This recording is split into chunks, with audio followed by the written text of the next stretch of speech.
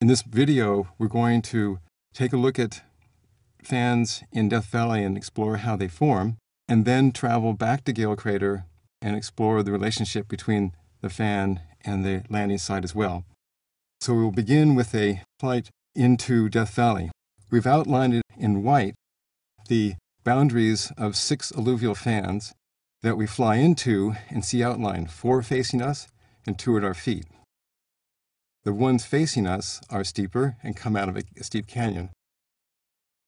Note the fan shape. The lateral boundary spread like a fan that we use to cool ourselves. Now we fly into the headwaters of one canyon and see how a channel spills out of that canyon, and the sediment and water that comes rushing out travels to the left and travels to the right, depositing as it does so, shifting, sediment depositing, the river moving over, depositing, the river moving over.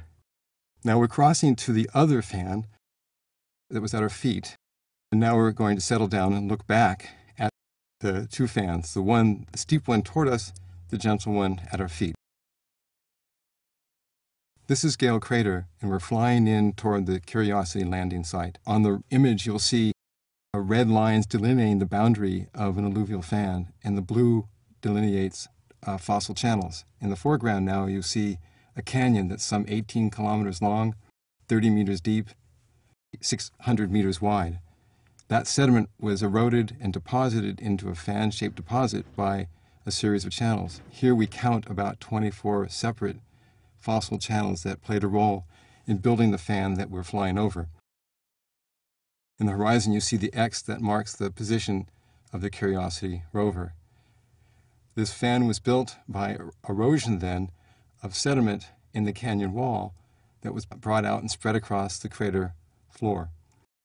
This is now looking from Curiosity back to the fan, and you can see that it would be about a 2 to 4 mile hike or 3 to 6 kilometer walk from the nearest channel to where the Curiosity rover is sitting.